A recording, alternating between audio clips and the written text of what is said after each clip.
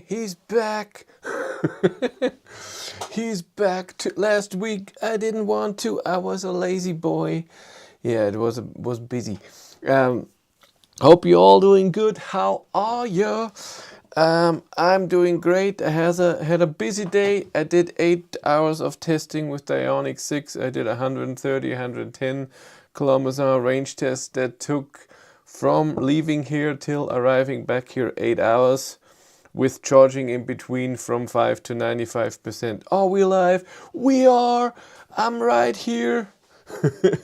I hope, like I said, I hope you're all doing great. We talk today about Ioniq 6 versus Id.7. I'm gonna do a video next weekend, next Sunday, with those two cars, because I did my range test, I did driving test against each other. Video will be coming this week. Also the range tests will come this week. I still have the Volvo C40 range test here. I have the charging test of the new Volvo XC40 battery, which the charging is way better than the old battery. We have to do a video about that. And I still have the MG4 standard charging video that I did the data, but I haven't filmed anything yet. Oh, so much to do. But Hank with Id.7, it was just a priority. Yes, we talk about that, like I said, Id.7 and Ioniq 6. And first we're going to go through some news, not a lot, and then talk about what happened the last 2 weeks and what's going to happen in the next few weeks. Let's go through the news, shall we? Yes, first, this is more for Germany. Electra, a French company, is planning 300 charging stalls in Germany, so 500 charging locations. That means 6 chargers or 6 charging, so 3 chargers with each 2 charging stalls should be coming till 2030. That's a long time, so we'll see when this will come. Then, yeah, Volkswagen, that's interesting. I heard on Next Move that this company, it sounds very regional, but they are, I think, 5th on the German list with the most chargers installed, and they wanna planning more in the next 4 years, another 500 charging points, and they do it at a XXX Lutz, which is a furniture store in Germany. They have, I don't know how many locations. We have one in Passau, and they will have hyperchargers there.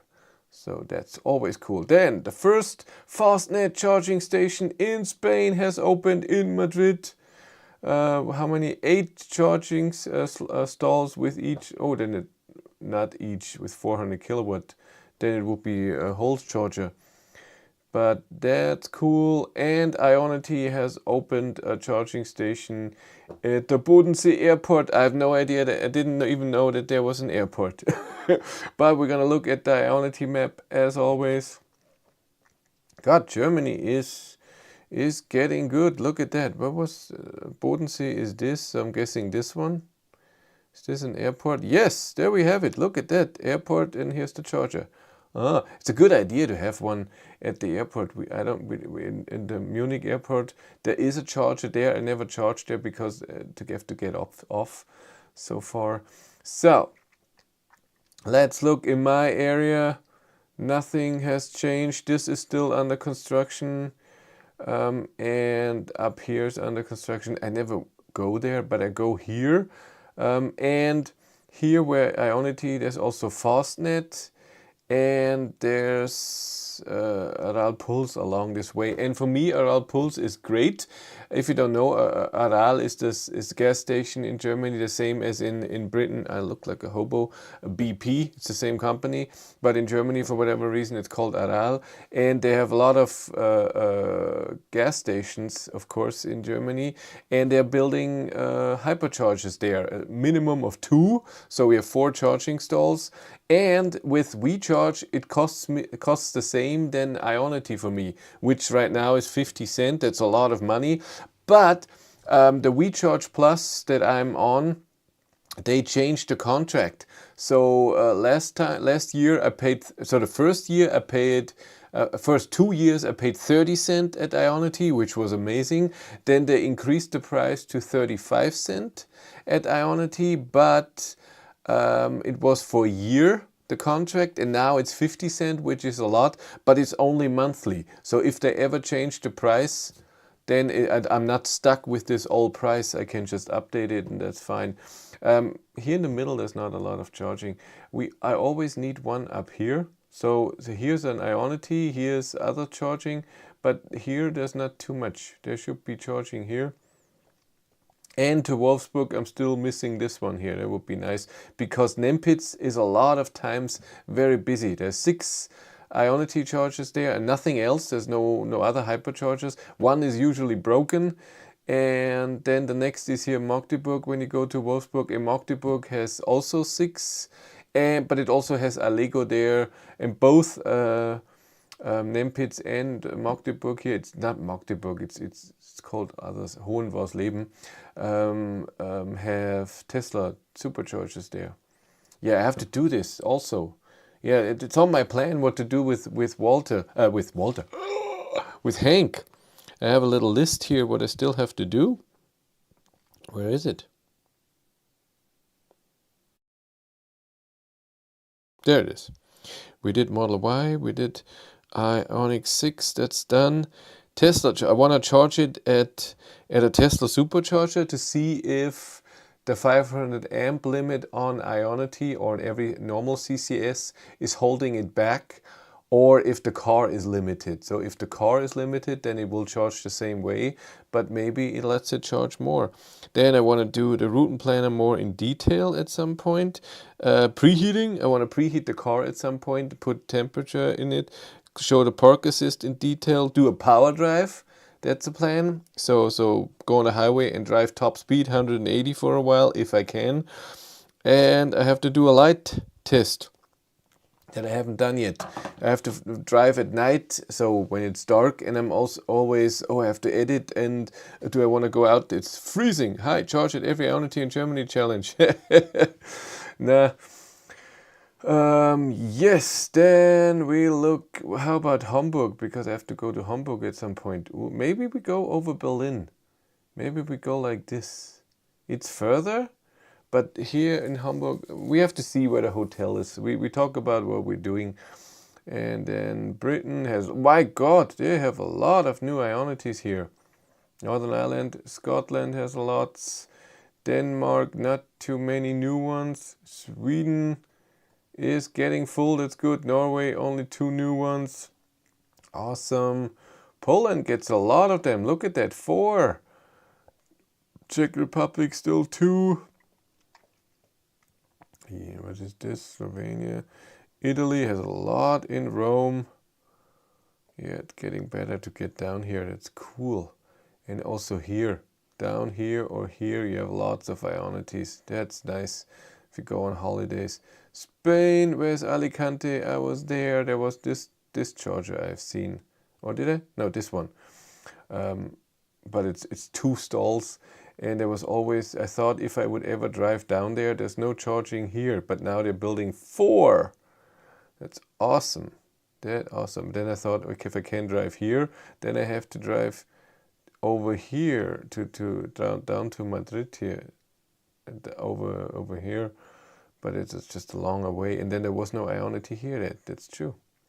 That's true. That all came later. And France is so full. It's awesome. France is the man when it comes to Ionity charging. Yep, we did this. So let's talk about what happened last week. Last 2 weeks. What did happen? Oh yes. I made a lot of Id.7 Hank videos. We did with Matthias the Model Y video, which was a lot of fun. And of course in the comments I got a lot of you can't do this and this. Of course, I mean, you can compare an SUV with a sedan. If the Tesla would have won, then nobody would have said anything. but it just had higher consumption, but by a tiny bit, but it charged more.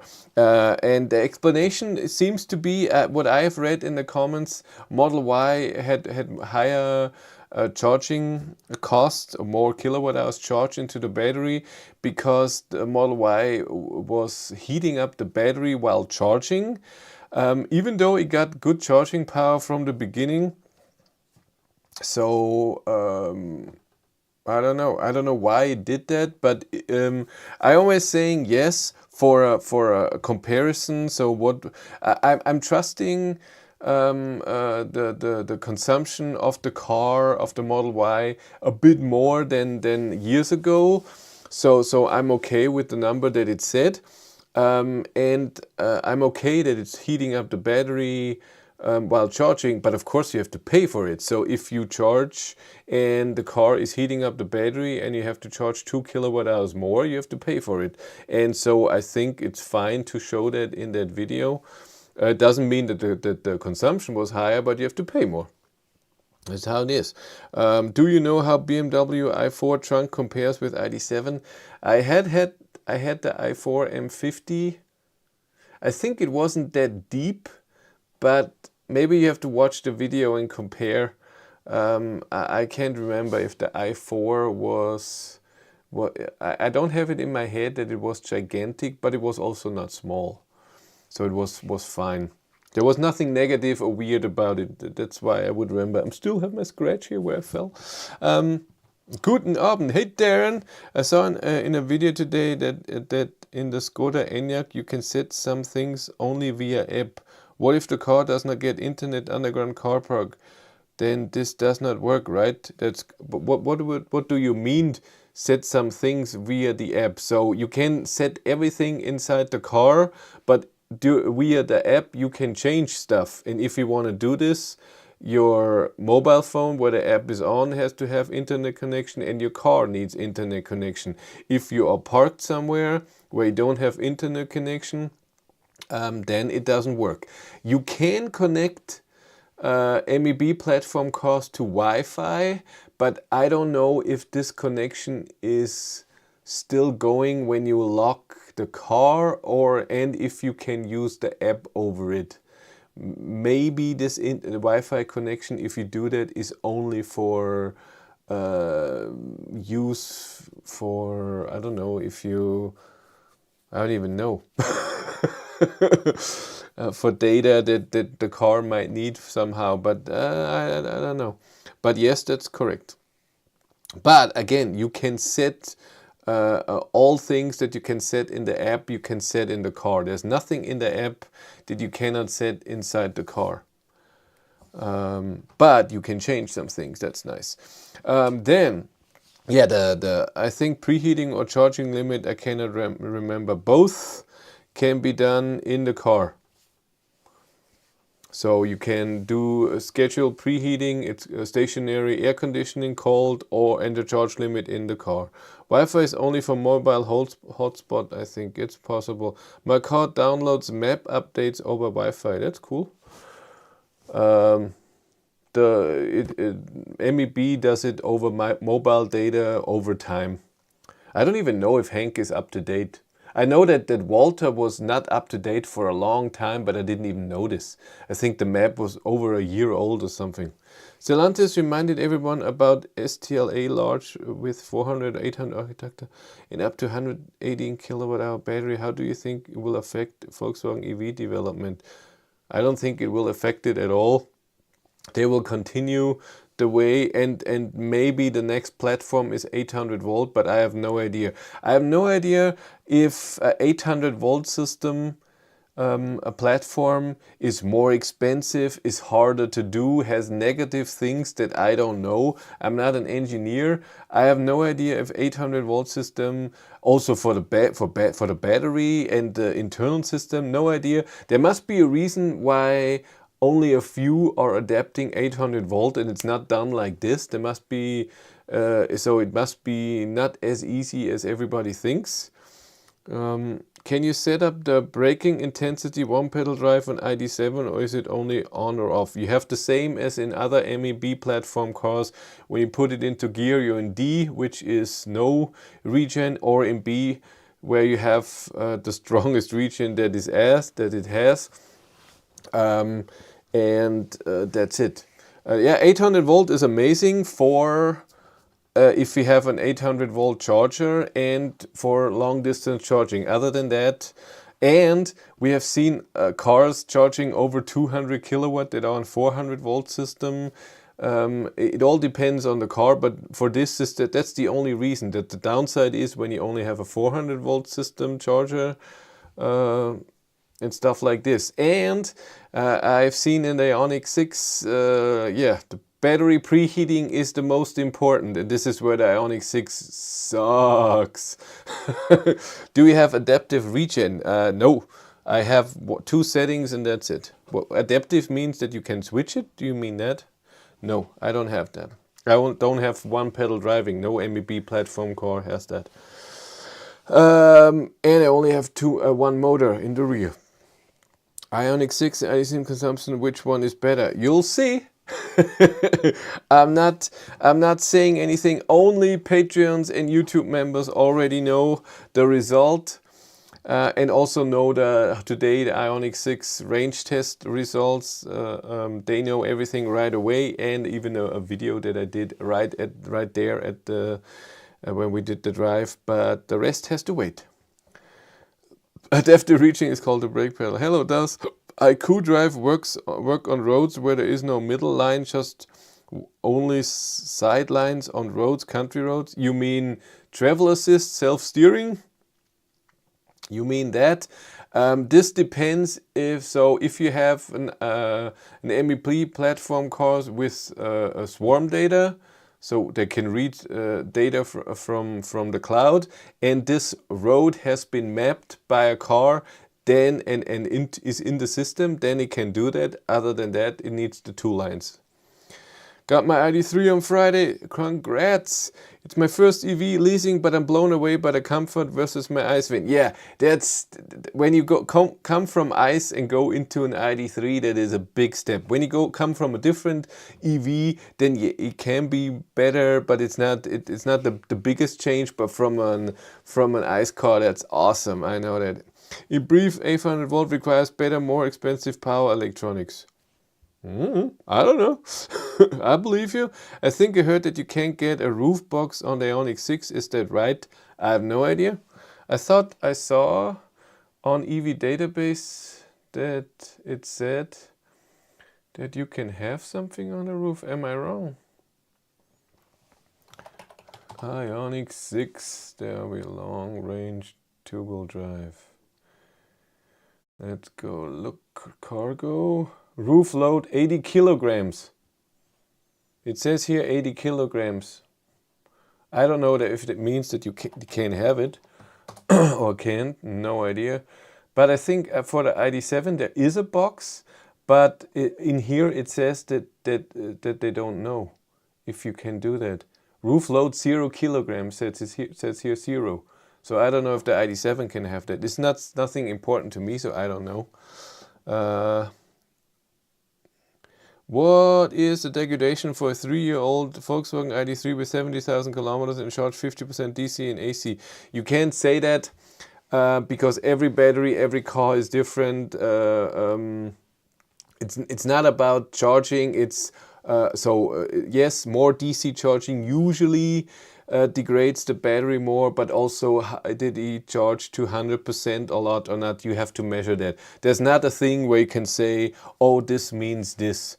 And 70,000 kilometers, you can say, I would expect 10%, 9%. Also the temperature where the car was, it's very hard to say.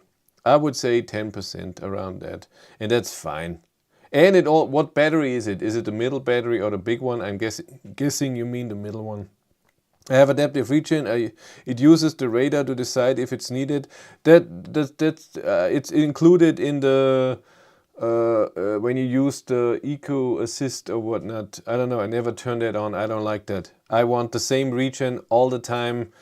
I don't want to be surprised when I put my foot off the pedal. I don't like that. Everybody's different, and I want the same feeling all the time. That's why I love one pedal driving, especially in Volvo.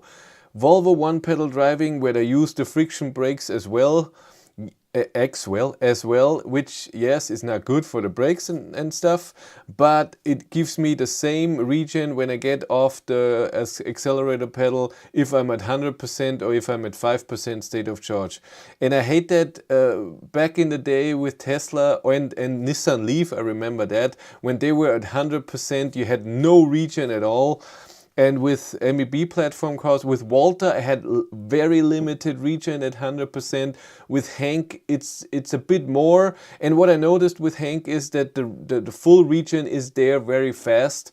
At Walter, I think I had to be at 83% or so to have full regen. With Hank, it's a bit more. And the big thing what I see with Hank is that cold temperatures don't affect the power and regen level at 80% so much. So in Walter, when it was plus 3 degrees or plus 5 degrees, I already saw a power limit and a bit of a regen limit at 80%. In Hank, it has to be -5 that I see. I saw it once this winter, a tiny little one, and it has to stay in the garage for 2 days. Then yes. I'm wondering about price of Id.7 long range in GTX and how it will differ from regular one that is already available. You mean the Pro S? I'm guessing the Pro S with the bigger battery will be 3,000–4,000 euros more. The GTX, I'm guessing, will only come in the small battery, not with the big. And that's what I'm guessing, I have no idea. And I say GTX will be also 3,000 euros more, something like this. Also, can you compare the braking intensity when in B one pedal drive, Id.7 with Id.4? It's not about the car, it's about the motor. The new motor APP 550 in the Id.7, which the Id.4 will get as well, has a bit more regen power. I noticed that regen is stronger than in my Id.3, where in Id.3 has way less power, weight. So I remember I drove the Id.3 Pro S with the same battery that Hank has and the same motor than Walter has, so 150 kilowatt but heavier, and I noticed that regen was way less because the car was heavier, I think 100 kilos, something like this. And since Id.7 is way heavier than my Id.3 was, I feel way more regen, and so Id.4 with the new motor will have more regen, but no one pedal driving at all. Did you get any dash cam for Id.7? Like, no, I don't have that. It's not, we don't need that here. I'm in a small town going to a tiny bigger town, but not still small. Did you get used to the new stocks? Which one do you prefer, Id.3 or new Id.7 style? I like the stocks of the Id.3. I preferred that I had my wipers on the right and I had intensity level of the rain sensor 4 steps, not now on the left with the indicator, and I only have 2 levels of blinker so rain intensity or sensitivity, that's the word. But I love that the gear change is not connected to the instrument cluster, because for me it's very important that I can film the instrument cluster. To film the head-up display is very hard. You have to put it on the window in front of you. You can't see, it's dangerous, it's not nice. And if I have a head-up display where I see everything, and then a camera is half blocking my instrument cluster, that's fine. And now I can film that. The first MEB car where I can do that, put a little GoPro there. And I could never do that because the cockpit was attached to the steering wheel. It doesn't matter if I put it out, it's still the same distance. And where you can then glue, well, it's a sticky tape, very sticky tape, Tesa ones, the strips that you can remove without residue. They're perfect for this. When you put this there, it has to be, of course, after the steering wheel, not where you turn. And this is this far away from the screen, so you can't see it. And now with Id.7 I can do that. So I prefer that with this. When it comes to the rain sensor, I prefer it old style, but you can have it on the Id.7 that this is inside and still have it on there. But it's not a big deal also. It's more efficient to coast, that's true, but I don't do that. I don't care about efficiency. I want comfort, and for me comfort is I get off the accelerator pedal and I slow down. I don't have to move my foot over to the brake.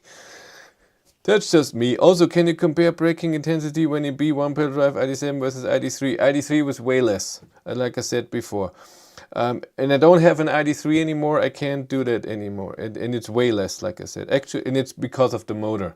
Actually, it is good for the brakes. If you don't use the brakes, the disc will rust like crazy. That's true, but only if you have very strong regen. Teslas in Germany have the problem that people don't ever use the brakes and then they rust.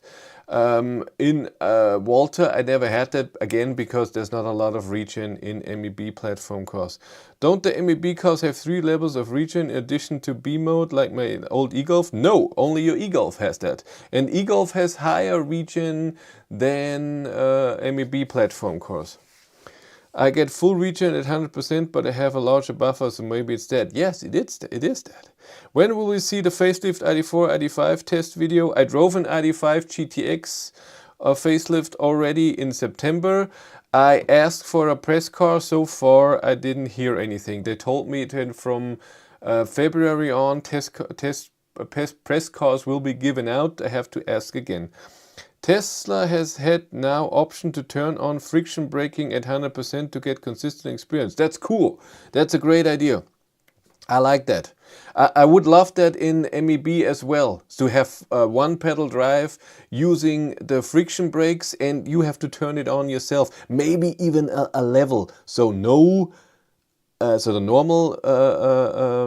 normal regen, a bit more and full. That would be amazing. I would love that. And I told Volkswagen that, but yeah. Oh, German. Hello. Good job on your videos. Very, yeah, sympathisch is hard. Very likable and authentisch. Oh my God, it's I can't speak German and English at the same time. Without making, oh God, Wissenschaft, go help me. Science out of it. I most likely will buy Id.7 in the spring, so in the first 3 months, first quarter of this year.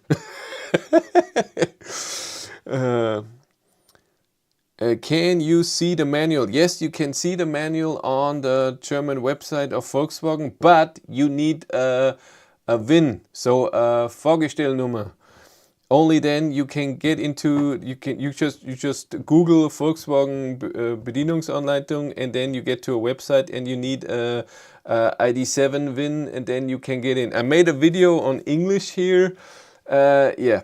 And the manual back in the day before I got my Id.7 was not correct. There were a few mistakes in there and a few things in there that I didn't have. Oh, by the way, I haven't driven Hank since Friday.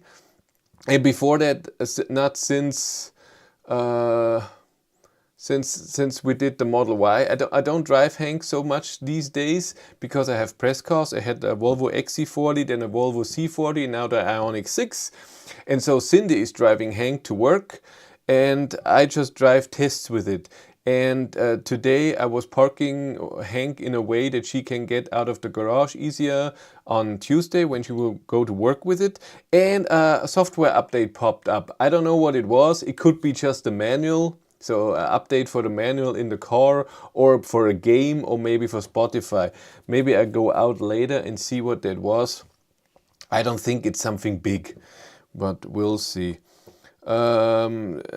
Tesla has some alien technology. I think only the Skoda Enyaq is the only MEB car that has adjustable region with the pedals on the steering wheel. That's correct. The Enyaq had that. You can drive in B or in D, and then you have pedal shifters. And when I drove the Enyaq, I noticed that in D, with the pedal shifting on the strongest region, it's either the same or a tiny bit more than B. But still not one pedal driving. I'm looking for a winter test from Tesla Burn to see how the battery thermal management works in the ID.7. Why are you looking for him? I did that. It's working perfectly. Because you just press a button and it heats it up and it tells you how long it will take. It's amazing. We had snow this week and now it's gone. You're lucky. Well, we had snow also one day and then it was warm, it was almost gone, and now it's freezing again. It was -10 this morning when I drove off at 6 a.m. to test the Ioniq 6. So, I can adjust region with pedals, but it's not very strong. Yeah, it will be around the same. So, what else did I do? You saw a small update this week for manual only. Yeah, it was, that must have been this. But I don't know if every manual, even the ID.7, gets the same update. I don't know. It could be that. What EVs could rival ID.7 except Tesla Model 3 and BYD Seal? Tesla Model 3 is a completely different car. It's way smaller. I wouldn't say that this has anything to do with the ID.7. I think Ioniq 6 is the Hyundai version of an ID.7. It's not so much on the comfort level, but it's the designed for most efficient out of the GEMP platform, if I say that right. The BYD Seal I have never seen and never driven. I was invited to drive it, but I was invited to something else on the same day, so it couldn't go. Is ID.7 production running full speed now? Can't wait to get my ID.7. I haven't heard anything of the production. Of course, since I have my car, I'm not looking for that. I'm guessing it's working. I don't know what full speed is. I'm sure they're ramping it up if it's needed. I know that the delivery time is now 3 months or so. Real test is -15, -20. Well, we don't get that here. -10 is the... So in the last 10 years, I think -10, -15 maybe on one day at night by chance. It doesn't get very cold here, but it's still very wet. That's why -10 feels colder than -20 in other countries. I was in Canada with Cindy at -25 degrees, and 0 degrees here feels colder than -25 in Canada. Any regrets on the choice of color? No, the blue looks amazing, looks stunning. I think the lines would look better in white, but again, Cindy was totally right. Every car is white now. And Walter was white. We needed a change, and the blue is beautiful. I wouldn't like the gray or anything else. The black, don't see anything. Not my thing. My 2022 ID.4 GTX got 2 updates this week. That's good. ID.7 compares with BYD Han. Or Xpeng P7. Well, you can compare it to everything. Isn't it right? If it's a sedan, you can compare it to everything. Many of the ID.7s in Finland have problems with remote app control and automatic door opening with key detection. It seems to be related with cold weather, and 12 volt is not powerful enough. Yeah, I heard that too. There's also an update at the workshop for the ID.7 that when the battery could get, the 12 volt battery could get empty. I didn't have any messages and problems yet, so I'm not gonna do the update because it's annoying. Remote app control. So that means when the 12 volt battery is low, then you don't have app connection because the car is preserving. And then also when you get to the door, it doesn't unlock that. That's all connected to that. BYD in Germany got 0.1% market share in 2023, which sucks for a company this big. Yeah, but they're starting. I haven't driven a BYD yet. Again, they invited me to a launch or something, but it was very late after the Munich Motor Show, and I was all day at the show and I just wanted to get home. and they invited me to drive the Dolphin and the Seal, but for half an hour or 45 minutes, which is first of all for nothing. Till I set up my camera, half an hour is gone, or 20 minutes. So I'm driving for 20 minutes. That's not a test. That's just get as many people in cars as possible. And again, I was at the Kia EV9 event in Nice, so I couldn't make it. BYD will build a factory in Europe. Yeah, they're planning in Hungary one. That's right. What? That's why I got the red GTX with black wheels. Cool. Seiko 001 is same size or even bigger. No idea. I don't know all those Chinese cars, especially when the car is not something that everybody drives. That's a bit hard. Ioniq 6 is something I see a lot. Well, not as much as an Ioniq 5, but more. But all I have never seen a BYD on the road. Never seen a Seeker on the road.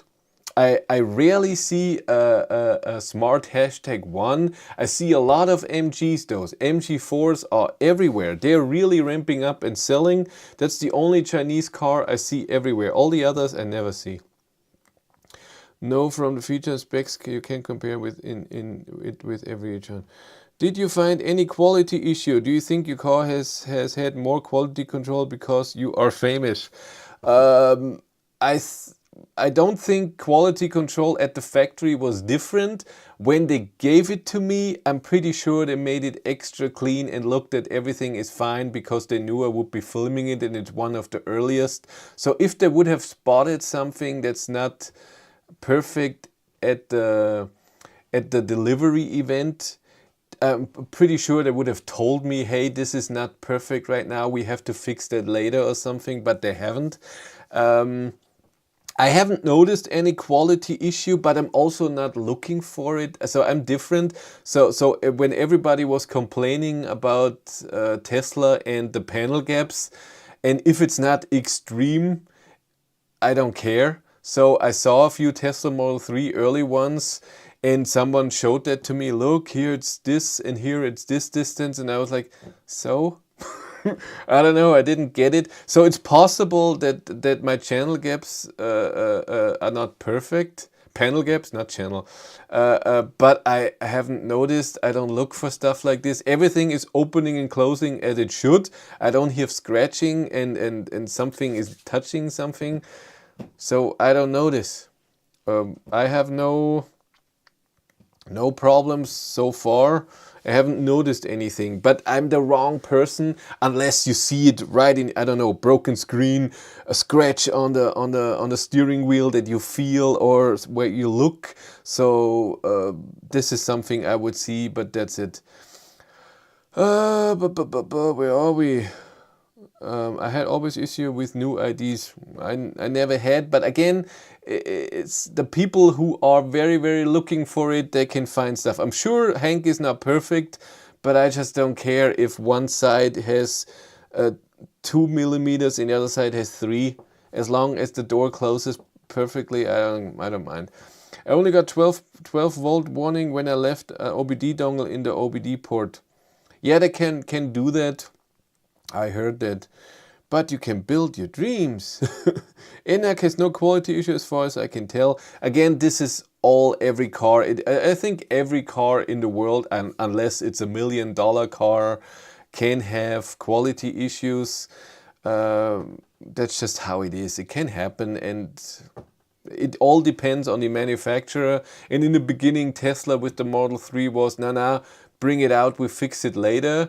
If there would have been, no, we fix it here and then we bring it out, then nobody would have ever talked about it, but they couldn't have delivered so many cars so early. And they made the decision like this. Other car manufacturers made a different decision. That's up to everyone. New brands need to make the cars much cheaper than known brands to get market share. I don't think so. They just have to show that they're good. So if a Chinese brand, just an example, comes and it's a good car, good software, good quality, a good consumption, I think it can be a good car. It doesn't have to be. The problem is the Chinese car that I have driven so far, I don't know why I point out Chinese, it's just There's not so many brands outside of Europe that come here, except for Tesla from the States and then stuff from China. There's always, I don't know. It's hard to say. So Hyundai, Kia, Renault, I don't know, European brands and Korean brands, Tesla, Volkswagen, all this together. When I get into the car and I drive it, there can be stuff that is annoying, stuff that I don't get, but it seems to work in fluently, normally. And with Chinese cars, there's always something where I say, that's weird. Why is that? Why do I need to turn up the heat to 25 degrees so I feel a bit warm in the car in the winter? There was in the MG4, that was in the Neo ET5, that was in the Marvel R, that was in all MG cars. Why is there something like that? This is a tiny thing, and then there's other things, and there's more things than this, and then I don't know. I think that the Chinese car can be built cheaper in China, but they also save money on the development. You see that they're like, that's fine, let's go on. And maybe it is that Chinese people don't care about stuff like this. I don't need the car to be like this, but I don't know, I do. And then I don't know. So far, every Chinese car, there was something where I was, I don't know. And the MG4, the Neo ET5 was amazing for sporty driving, but the software was weird and annoying. And the MG4 was also great for driving. Good power, charging was okay. You'll see the charging video at some point. But the software was just weird. It had stuff that, oh my god, that's amazing, and then stuff where like, why? What is this? So the app that you can see your battery temperature and the inside temperature, and you can preheat the battery, but you don't see it anywhere. So you're preheating the battery. What temperature does it have? How long does it do it? It's just it's starting somewhere, but it's not finished. I don't know. It seems it's more show than it is what it can do. I don't know. So far, they can. It's just a software update and fine. The same. And when I drove the Marvel R, the MG, where the infotainment system was extremely laggy, and I had to press very hard, and I couldn't even zoom and move the map around. It was just horrible. I'm sure with the software update, this could be better, or the hardware was not good, and that's why I don't know. But I hope they did it. What can I say? The biggest problem for Volkswagen is the price of the Id.7 here in Norway. Only rear-wheel drive. The most people want the GTX version, but that is the price even higher. But if you want GTX, then you have to wait, and it will be higher. The Id.7 is, drive it and you understand, while it has to be more expensive than an Id.3, 4 or 5. It has to be. The way that it's built, the way that it's meant to drive, and the comfort that it gives you, the features, the new features, not just in the software, just the seats and everything, the noise inside, the comfort of driving. It's a different level. It has to cost more. If they give it for the same price, then it's just stupid. I'm sorry. I drove it in Spain in March, and I understood why this is a... In Germany we say Mittelklasse for Id.3 and stuff like this, and Id.7 is fast Oberklasse, almost there. So it's not i7 BMW, Mercedes S-Class, but it's in the middle between the normal ones there, and I don't know. It has to cost more, in my opinion. It just has to. Do you use user profile in your Id.7? If so, are they useful? No, I don't. I never did it in the Id.3 as well, because the switching is annoying. Cindy, we have memory seats now in Walter Id.3. We didn't have those, so we had to switch by hand the up and the position. Now she has saved her seat. I have saved my seat. She presses OK, puts her seat in her position and drives. I don't, because the problem with profiles, so user profiles in maybe B platform cars, is that when you switch the user, the other user cannot use the app with the car. And if she uses my profile, I can see that she arrived at work, she's fine, the car is at, I don't know, 70%, and I can switch on preheating if I forgot the planned preheating for her when she leaves the work and stuff. I can do stuff. If she would has her own profile, then actually I couldn't do that, and she doesn't need that. She only needs the seat in the perfect position. The mirrors don't move. The rear view mirror, that would be something if it would be electric and move in her position. All the rest she doesn't use. She uses the climate. She doesn't listen to music. She doesn't use cruise control. She just drives. And she looks so cute in it. She sits higher than in Walter. She doesn't look too short. I love it. My brake pedal and glass roof is squeaking. What car do you have? My brake pedal was never squeaking, and I didn't have a glass roof, and I don't have it now, so I don't know. You haven't seen a BYD on the road because you don't go anywhere. Well, I do my test drives with so many cars all the time. I see billions of Model Ys all in white, 95% all in white. I see thousands of Model 3 also all in white. And I see ID3, ID4. I've seen one ID7 on the road, but I think it was the same ID7 that is in Passau at my dealer. It's their car for people to test. I think it was the same car. Other than that, I haven't seen an ID7 on the road yet. But we need GTX in Norway, practical in the snow. That's good. But so many people are buying the ID3 in Norway, and it also only has rear-wheel drive. What do you think about digital mirrors in Ioniq 6 or in general for all car manufacturers?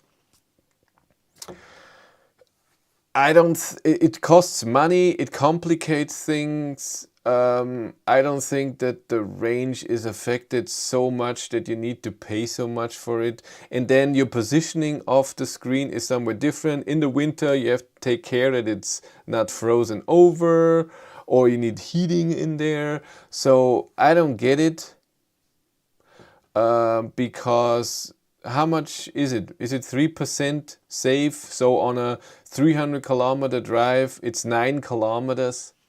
Who cares? I'm sorry. The same as special rims that give you 5% more range. If they're extremely ugly, I don't care about it. If they look good and are efficient, I'm on board. Asian cars ding-dong sound. Do they make a ding-dong sound? I think Korean cars make sounds. Already too many Chinese cars in Norway with good quality and better specs than from legacy automakers. Good for you. I haven't seen that yet. But I also have never driven Xpeng and stuff like this. Chris Reefer says Xpeng G9 is the best Chinese car. That's good. But he's an Audi fan. Is it better than the Audi? A lot of people like ding dong sounds. My favorite two sedans, unfortunately Volkswagen Group disappointed with Skoda Enyaq. It's not a sedan. Enyaq is an SUV. Almost 3 years and still no software update. I think my next car will be the Ioniq 6. Test drive the Ioniq 6 before you buy it. Just yeah, I can't stand this car. It's extremely annoying, and you will see that in my video when I compare it to Hank to ID.7. The Ioniq 6 took the annoying part that Koreans always had and other things to the next level. Not always to their fault, but a bit. The Kona, the new Kona is a tiny bit better when it comes to annoying things. But it's still great, efficient, and charging is amazing when the battery is warm. That's also something that is annoying with the Ioniq 6. I navigated twice to the Ionity charger, and twice it didn't preheat. And I have the winter function on. I have looked everywhere in the car. There's nowhere where I can turn it on separately. It should preheat the battery when I navigate to a charger, but it didn't. It preheated the battery when I preheated the car, and the Ioniq 6 still doesn't do schedule preheating when it's not plugged in. That's also something that's extremely annoying. I don't get it. Kona did it. Kona is newer, huh? Chinese people are told to like the car or they will disappear. MG4 X-Power is very cheap and good. I have not driven it. MG4 standard I have driven. The software is weird, like I said. Weird things and weird functions and weird displays, and I don't know.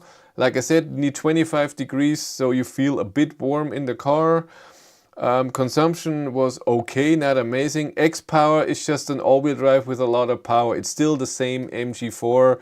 And this is what Chinese cars do a lot. They just put a lot of power in, and it doesn't mean that it's a good car. You just get a cheap car with a lot of power, and this was the smart #1 Brabus edition was the same.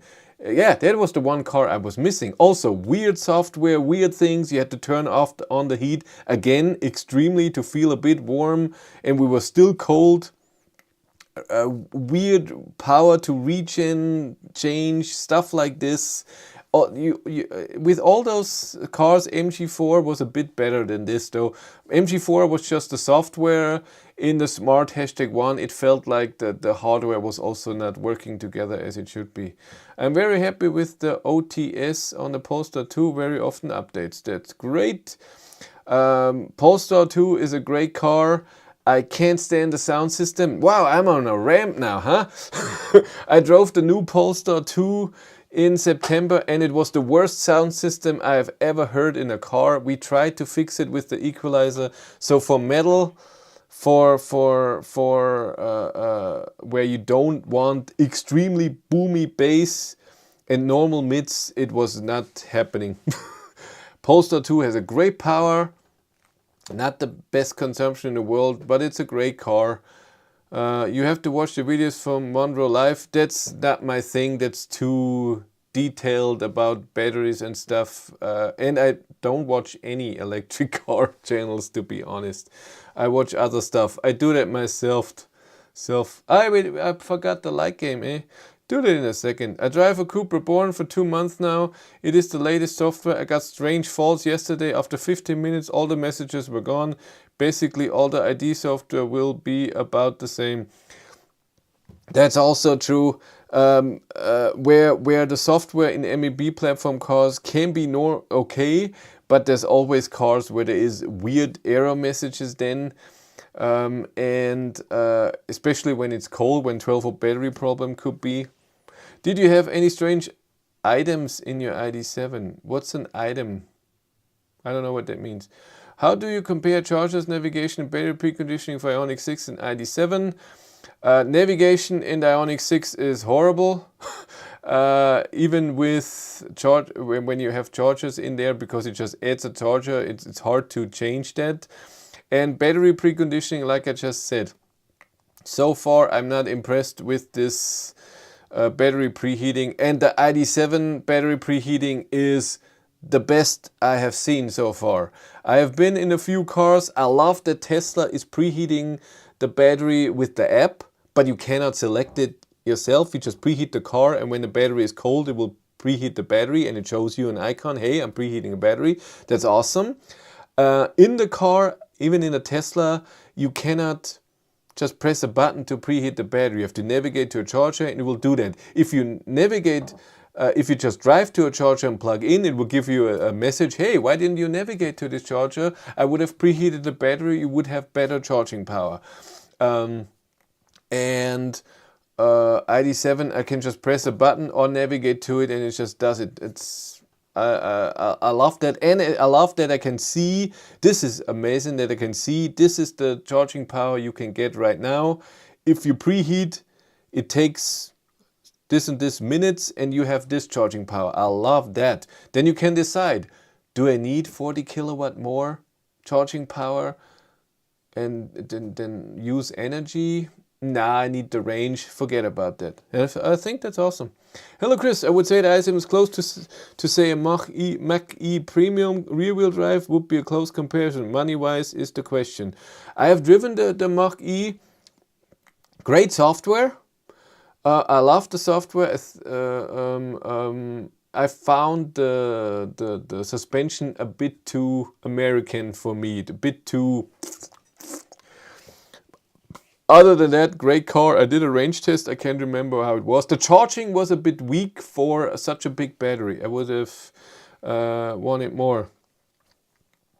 I don't really trust Chinese cars. It has nothing to do with trust. I don't think so. I think you can trust any big manufacturer. It doesn't matter where that manufacturer is. Everyone who's big does stuff that they shouldn't. You can't stand the Ioniq 6. There, you said it. Yes, I said it. But it has its advantages, and that will be all named in the video. After my ID.4, I'm thinking of going with BMW i5, but different class, of course. Yes, that's different. My problem with i4, i5, that it's still based on a ICE car, and you still have, it mean if you drive an i5 or a 5 Series, it looks the same except for the front grille, and I don't know. I find it disappointing. I like that I drive a car and everybody knows this car can only be electric. I love that about Tesla. The design looks okay, this is electric. And then i4, i5, I don't know. The same as the Volvos. I see so many Volvos in the rear. Oh, it says an E, and then I see them in the front. It has a grille, so it's just a hybrid. And I don't know. I like to know that. Chinese cars that talk at you in creepy schoolgirl voice are worse than the ding-dongs. That's true. Neo ET5 with the weird thing. Oh, that's weird. No likes today. We do that in a second. There's so much text here. Cause who doesn't show percentage on arrival is annoying. All EVs should have that. That's true. And this is what Volvo and Polestar does amazing with Google Maps. Especially, I said that in, well, I don't know if you will see, or you will see that in the Volvos and in the Polestars.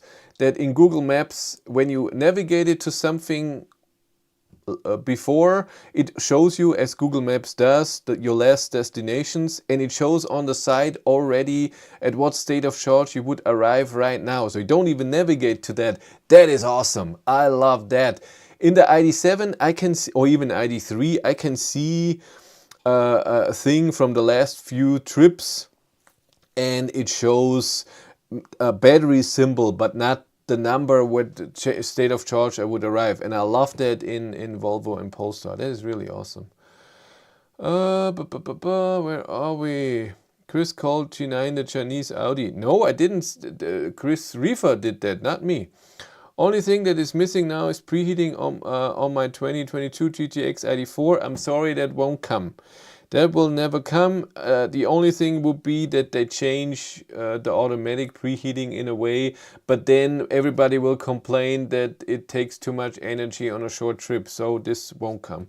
So you have to learn how to drive an EV to get it warm for the next charging. That's just how it is. I saw two Ioniq 5 at the supermarket car park yesterday. The car is huge, nearly didn't fit in the parking spot. The car park is very old, tight spots. Ioniq 5 is not that gigantic. It's okay. If you see an iX BMW there, then we can say, enjoy your videos, to keep up the good work. Thank you very much. Hey mate, I'm still set to drive the Kona 39 kilowatt hours from France to Portugal this week. Oh my God, you poor guy. You know that the Kona with the small battery charge is horrible. I hope you know that. It's really not a high charging power, and it goes down very fast. So be prepared for that. Range it now in the winter won't be that good. You will have to charge a lot and long charging sessions. But you have fun. I have Bang & Olufsen sound. It's amazing. That's good. In today's stream of EV rants with Chris. That's true, I ranted a bit. Hi Chris, I had the i7 over the weekend and I love it. Might replace my ID.4 soon. You always have to think, do I need this? Do I need the space, and do I need the comfort? Is this something? ID.4 has good things as well. So if you want to sit higher, if this is your thing, it just wasn't for me, so everybody has to know. My mach-e has the new LFP, charging is quite good, even at cold temps. Was getting 26.7 kilowatt after 80%. That's good. I'm sorry. I'm sorry. at 80% you get 26 kilowatt. That's pretty bad. I'm sorry. I think I have 60 or so, or something like this. Even Tesla and stuff. But maybe, again, maybe you had a cold battery. But doesn't mach-e have a battery heating as well? I don't remember. 20 to 80% in 32 minutes. That's good because you have that big battery. You have that almost 100 kilowatt hours. Then it's good. I need preheating here in Sweden. So does it have the preheating or not? I don't know. I can't decide between buying Ioniq 6 and Id.7. That's why I can't wait for your Ioniq 6 with Id.7 navigation, comfort, and trunk size or turn off against the Ioniq 6. Yes. It's all. I will make the video next week, like I said, and I will say what I don't like about each car. And yes, it's way more on the Ioniq 6, but you don't have to have the same opinion. Just because I don't like beeping and I'm not a fan of a laggy infotainment system, and I'm coming from an ID.3, but still this Ioniq 6 has a very laggy system. I haven't seen such a laggy system in a while. And it's very annoying, especially when you get into the car. It seems like the car system is up right away when you get in, but then everything what you click on has to be loaded when you tap on it. And right now with the new EU regulations, with the speed limiter that you have to turn off, and if you want seat heating, there's no button. You have to go in the infotainment system to get seat heating. And all of this takes so long because the infotainment system, when you click till it comes up, until you can do something, but I will say it in a way that this is annoying me. It doesn't have to annoy you. Maybe you don't care about these things. Maybe other things that are good in the Ioniq 6 that I will talk about as well. Maybe you like that. Shall I take our Zoe to Spain? I wonder if it will be painful with 80-mile range and 43 kilowatt charging, especially since there are not many 43 kilowatt AC chargers anymore. Most triple chargers, they changed it to only 22 kilowatt. Ioniq 6 is making crazy almost every reviewer with the beeping and booping for every warning about speed limit and stuff. The speed limit warning is not the problem, you just turn it off. It's everything that it beeps. And there's so much. And I don't know why. I don't know why. My Id.7, when I'm in front of the rear, the trunk, and I open the trunk, it doesn't beep. When I close the trunk, it doesn't beep. When I'm in the car and open the trunk, it beeps because someone could be there for opening and closing. In the Ioniq 6, when I'm right at the trunk and I close it, it beeps. It doesn't matter if I'm inside the car or outside the car, it beeps. Spain is difficult with a small battery. It beeps when you do iPedal Regen. It beeps when you turn on cruise control and you had iPedal on because it turns off iPedal. It beeps twice when you see the charging power. It beeps when you have the gear in and you put it into park and it automatically puts on the parking brake. It beeps at you that it put the parking brake on. Then with the new, what you just said, with the speed limit warning, my Id.7, when I drive and I had the speed limit warning on, I drive 1 kilometers an hour faster than the speed limit, it makes a noise. It's not a beep, it's ding, something like this. And it's still annoying and I turn it off. And it's very easily turned off. Assist, turn it off, home. 3 buttons. The same way can be turned off in the Ioniq 6. I have a favorite button on the steering wheel. I press it, I get to the assist system, there's speed limit, I have to press it. And then I have 3 options for speed limit warning. Number 1, it adjusts the cruise control to the speed limit. Number 2, it warns you and beeps when there's a change of the speed limit. So when the speed limit goes on the highway from 120 to 100 to 80, it will beep 3 times. Every time when there's a change, when you go from your little town road where it's 30, it beeps, down to the 50 where it beeps, to the country road it beeps, to the highway it beeps. And then when you drive 1 kilometer an hour too much, it will beep ding, ding, ding, ding. When you drive slower than the speed limit and speed up again over this, it will do that again. And a third option that you can have with speed limit warning and traffic sign recognition is turn it completely off. When you turn it off, you don't have speed limit sign recognition. It will not tell you what the speed limit is anymore. That's just more than annoying. I'm sorry. Title for Chris next video. What the beep? Yeah, it's just every Kia and Hyundai always beeped more a lot, but the Ioniq 6 takes it to the next level. You know, all in every Korean car, when you get into the car and you turn the start-stop button on, which again is not needed, the stupid start-stop button, nobody needs that, and you don't have your seatbelt on, it beeps 5 times at you. So what do? Because you don't want to hear it, you put your seatbelt on before, turn it on. But then the system, like I said, it's on, but you have to wait for the confirm button. There's a thing that you have to confirm, which has to connect to the internet. And sometimes it can take 10 seconds till you can even click confirm. You can drive, but you cannot get into climate or seat heating before you can confirm this. You don't have to confirm this. It will go away when it's loaded after 10 seconds. But again, you cannot get into the system. So when you get into the car, put on your seatbelt, turn it on, and then you want to turn on the seat heater. You have to wait till you can press the confirm. Then you have to press to seat warmer, or on your climate screen there's a warmer button. Then it will come up, then you press on, and then you have to press home again, so you're back into your normal screen.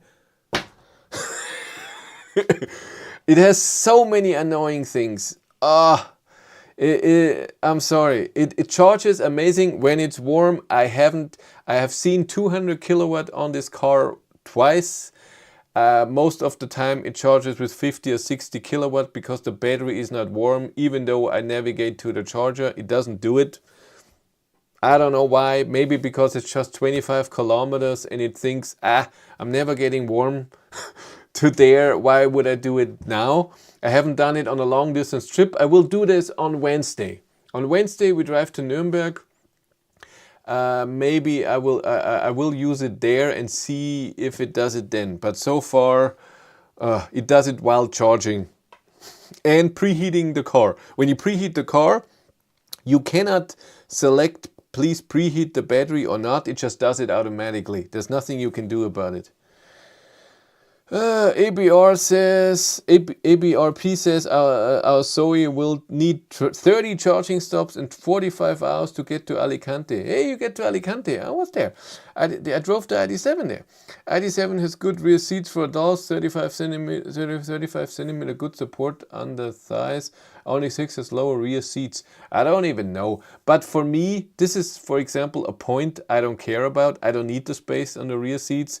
So for me, Ioniq 6 is fine when it comes to this. Ioniq 6 has less power, by the way, rear-wheel drive. I didn't know that. A second longer from 0 to 100. When it's warm, it charges amazing. And it has an amazing charging curve. It has that amazing screen where you can see the instant consumption for devices. So power, for the motor, climate, electronics and battery care, so heating or cooling of the battery. That's amazing and I love that. But it's so hard to get there. You cannot put it on a favorite. You have to go into EV, which can be on a favorite, and then go up to the 3 lines, then energy consumption, and then you see your charge limit, and underneath energy you see the consumption, instant consumption. Again, it's so hard to get there. In the new Kona, it's amazing. You go into battery and it's right there. The new Kona is way better when it comes to software and interaction with the car than the Ioniq 6. Way better. If they have to update the Ioniq 6 software big time, then it's better. Chris, the mach-e AFP has only 72 kilowatt hours usable. Really? The older mach-e would drop off even lower after 80%, so I was quite happy with the 26. It was very cold out too. But when you charge from 20 to 80%, didn't the battery get heated up? Minus 27, crappy. That is cold, minus 27. That's true. They could be the charger too then. The confirm button can take ages, but you can ignore it. So what is the point? I don't know. I have no idea what's the point. If you press it, it's just gone and you can get into entertainment system. But if you don't press it after 10-15 seconds, it's just a warning about driving. Take care, be careful while driving. And I think when it's there for 10 seconds, they think it's fine. I have real buttons for the climate and seat heating. No waiting. Yeah, that's awesome. Every other Hyundai, Kia, Ioniq 5 has that too, but the Ioniq 6 doesn't have it. Kia EV6 had all the buttons there. I never had to go into the climate to turn on seat heating and steering wheel heating. It was way better. I can't remember with the Kona. Did the Kona have a button? I can't remember. When I test drove the Id.7, I found the screen too big, with too many buttons and menus. However, the high resolution is quite nice. So if you don't like a big screen, then this is not the car for you. I love it. I'm sorry. I came from the ID.3 with this screen, and now I have this screen. I have all the real estate I want. I mean, even Spotify or Android Auto takes up the whole screen, but the normal buttons stay the same. I love it. I'm so happy with it, but I can understand that some people don't want a big screen in the middle. I get it. This is something where the Ioniq 6 is better if you like that. If you want a big instrument cluster and not as big of an infotainment system screen, Ioniq 6 is better. That's totally correct. I will drive on many national roads, so I'll try all the cheaper fast charging stations. My e-tron will get to Alicante with 9 charging stops. How far is that, by the way? Even the new Kona has many buttons. The most buttons I've ever seen in a Hyundai was the Nexo, the hydrogen car. There was a whole thing with just buttons. It looked like an airplane. Let's do the like game. We have 110 people here, already 50 likes for whatever reason. And I think I never said what I did last week. We never talked about the main topic. Well, the main topic, Ioniq 6 versus ID.7. I ranted a bit here. Let's play the like game. If you are new here, we are all pressing the like button at the same time. I count down from 3 to 0. You just get your phone, your tablet, and all the accounts you have and press like. I give you 3 seconds. You can do this. Let's count down. 3, 2, I hear a dog, 1, and like. Who's there? Hey, who's there? Where's my girl? Come here. Yes, that's Rudy. Let's see, 53 likes. Oh, you're so behind. Where's my little Rudy? Yeah, where's my little girl? Yes. Oopsala. Can you get there? Yes, you can get there. That's a good girl. Turn off the heat. We don't need it anymore. Did you know when larger battery in 4.4 ID.7 will be on the market? I have no idea. I was invited to look at the ID.7 GTX, but I can't go. I'm somewhere else, and I can't drive it. I would just look at it, and it's not in Germany, and I think that's ecological horrible to fly somewhere to just look at 4 cars or 3 cars and not even drive them. So I understand when EVs are being shown to drive in a warmer climate, so when they drive the consumption is not extremely high. I get that. Sadly, people are not that intelligent all over the world, so when they see, hey, I only got 200 kilometers of range here at minus 20 degrees with 23 degrees heat on in here, they say, what? it. And that's why they do this.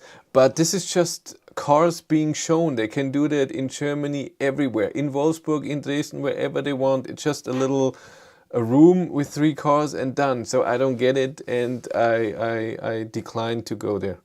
And I don't, 2,400 kilometers, and you need 9 stops. Where's my calculator? Where is it? I pressed it. Divided by 9. Every 266 kilometers. That's pretty good. That's pretty good. You're not driving too fast then. That's good.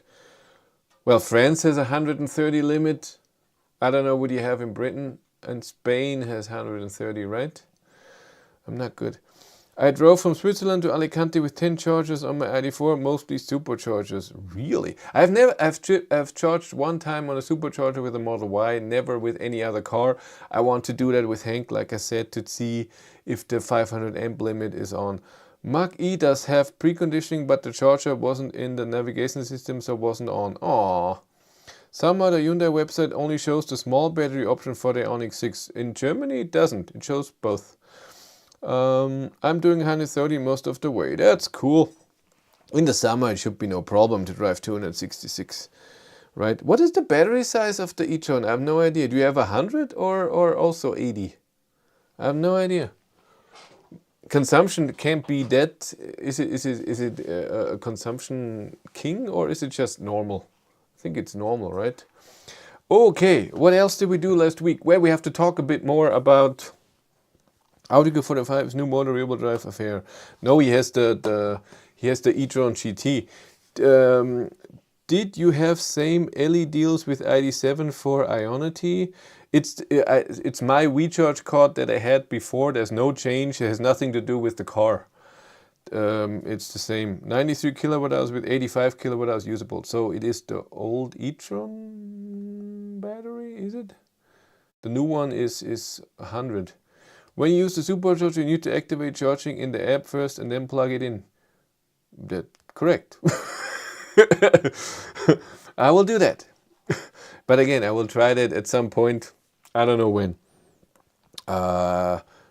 I will preheat the battery and go there and see and arrive with 15%, and then we'll see if I get more than 192 kilowatt peak that I got on Ionity.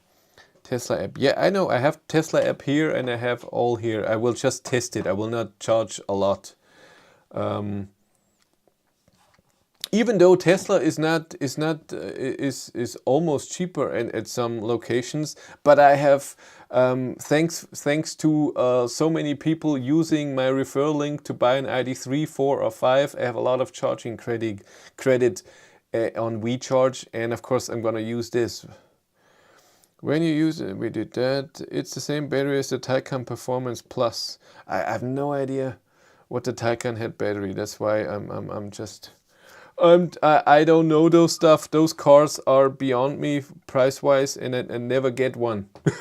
So Porsche doesn't give me cars, and Audi gave me one e-tron. They will never give me an e-tron GT. That's why I have no idea. Yes.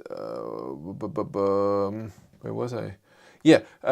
Talk a bit more about Model Y versus the ID.7 test. I liked on both cars that the consumption and the range, so the range deficit, not range, state of charge made sense. That was nice. It's another thing with the Ioniq 6 that you will see. You can drive mine in the summer. Thank you. No, I mean test, not just drive a bit. I'm fine. Thank you very much. Where was I? I like that. I like that. I was surprised with the Model Y test because I thought for sure. I drove the Model Y in the summer. Like I said, I got 380 kilometers in the summer at 130. And I was very sure that it would have lower consumption than the ID.7. I was betting on it. I didn't say it in the beginning of the video because I thought that would be mean. but I should have, because I was expecting that, and by a lot. So I thought the Model Y, even though it's an SUV, I know how efficient the Tesla motors are. I drove a Model 3 in the summer with 180 and 190, and it was still amazing consumption. So I really thought Model Y would crush Hank, and I was very surprised that its consumption is almost the same, and it charges more because it most likely preheated the battery while charging. And again, this has nothing to do with consumption, but it just means that when you in the winter and the battery seemed to be warm because he plugged in and got way higher charging power than I did. Maybe not the perfect charging power, that's why I preheated the battery. And you can turn that off, so it means when you're on a high power charger in the winter at 37%, something like this, 33% he arrived, that means you have to pay more because the battery will be preheated. And so I don't see the problem. So much worse than Id.7? No. The Model Y especially has so many good things that Volkswagen is just dreaming of. Update is one of those things. The app is another thing. Other little toys and stuff. So stuff like YouTube, Netflix. People ask me if Id.7 will get that. Even Matthias, who drove with me with his Model Y, and I said no. I don't think they will get it, and for me, for example, I don't care. I don't need TV in my car, especially when now charging is so fast. Very rarely you charge from, I don't know, really 10% to 80% on a long distance drive, and if it takes right now in Hank, what was it, 25-26 minutes.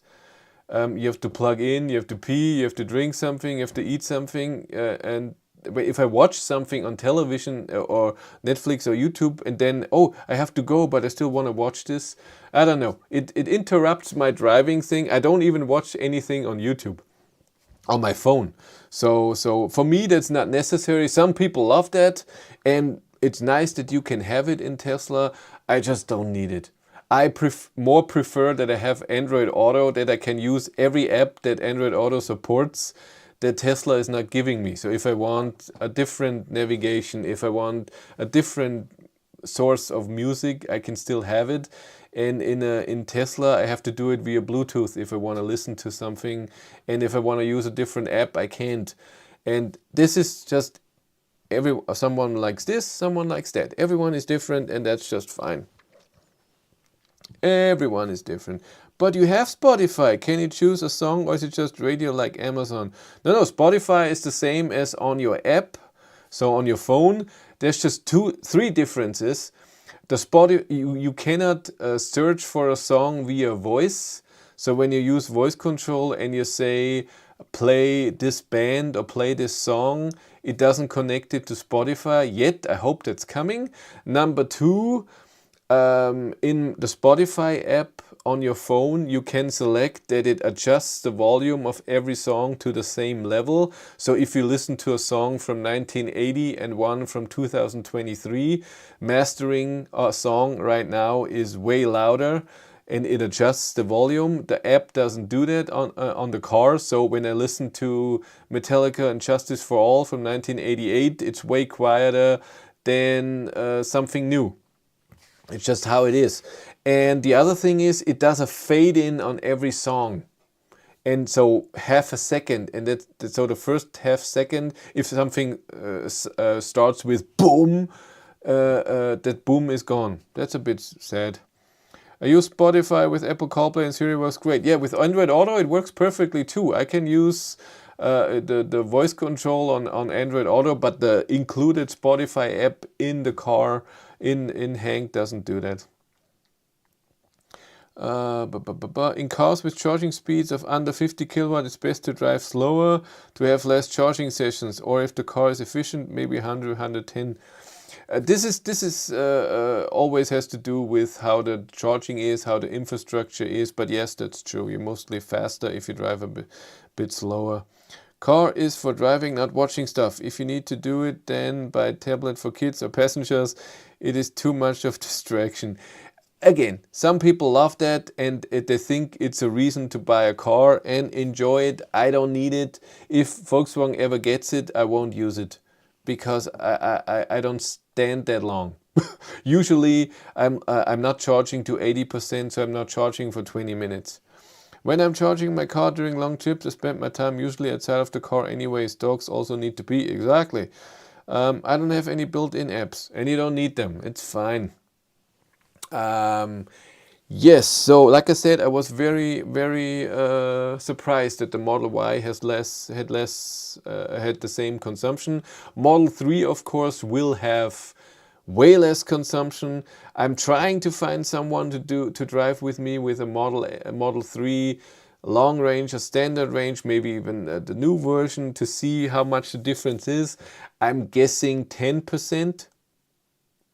Something like this, because it's just so low, and Model 3 is amazing when it comes to efficiency. And I saw a German guy far away contacted me with an ID.3 Pro S with a big battery he wants to do in comparison. We're going to do that in February, hopefully. That will be interesting. I would love if I would get an ID.4 with the new motor, to get an ID.4 with the old motor, and then with Hank at the same time 3 cars to see the difference. So same car, new motor, old motor, and then the ID.7 to the ID.4. That will be interesting. It's fun when I floor it and the car changes gear, you can feel it. We were all so happy when there was no gear change anymore and suddenly it's back, but it's not doing this, right? It's not moving you around. That's nice. Yes, Model S against ID.7. I have no idea if the Model S is I don't think it's as efficient as a Model 3, but Model S has a size. It's better size comparison to the ID.7, but of course the power is, oh my god, it's more than double, and the plate then 3 times or 4 times the power, and all-wheel drive. But is there there is no rear-wheel drive Model S, I think, in Germany. Yes, and Ioniq 6 drive this Friday was fun. We're doing this too long, eh? We're already talking for 1.5 hours. I have to go to bed. Ioniq 6 I drove the Ioniq 6. Matthias drove Hank ID.7. I picked him up from home. He drove the ID.7 to me, so I could tell him what to do, how to reset the trip, how to turn off the annoying things, and then we drove together to charging. We both navigated to the charger, and we charged very similarly, I think from 50 to 80%. We did our test, arrived, and then charged again to 80%. Ioniq has new video with Tesla drivers testing the Volkswagen ID.7. They won't like it. If you like a Tesla, I think that the ID.7 is, I don't know. If you like the driving, no, I'm not talking about software things. Even then, I don't think that they will think the ID.7 is a bit weird to them. Matthias liked the ID.7 when it comes to comfort. He hates a few things of his Model Y, autopilot, and the wipers. He hates this so much. But he said it was a bit too comfortable, always to falling asleep. It's as comfortable. I get this. But I will leave you now because I really wanna relax a few minutes and then go to bed. I filmed 8 hours today. I'm a bit beat and I have to get up at 4:50. So in 8 hours. That's true. No. That's true. Yeah, in 8 hours I have to get up. So you all take care. I'm not sure if there will be a live stream next week because I will do the Id.7 versus Ioniq 6, and I don't know how long it will take. I want to sleep in. I only slept in once this week, yesterday, from 10 to 7 a.m. and I was still tired because all week I got up very early for work, and then in the evening I was editing videos, and sometimes it's a bit much. And when you do that week after week, since I have Hank, then it's getting a bit, okay, I need a bit more sleep. And then usually last weekend I slept in Saturday, Sunday, but then we had the tests, and so I got up, and this weekend I had Friday getting up for the Ioniq 6 comparison, and then today to do the tests.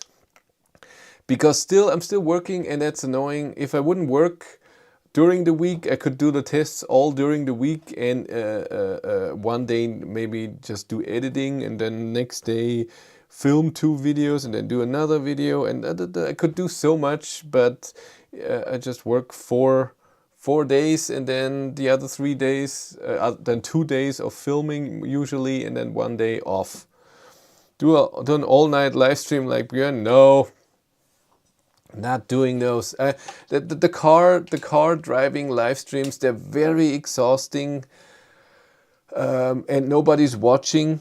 Almost nobody in there unless it's something new. I did it when I got Hank because I knew that would be interesting, and it's just sometimes too much. That's why I'm not burned out or anything. I'm just working towards the only YouTube thing, and yes. I'm getting there. It's getting better and better. Okay, you all take care. I'm gonna leave you. Maybe we see each other next week. If not, then in 2 weeks. So, see ya.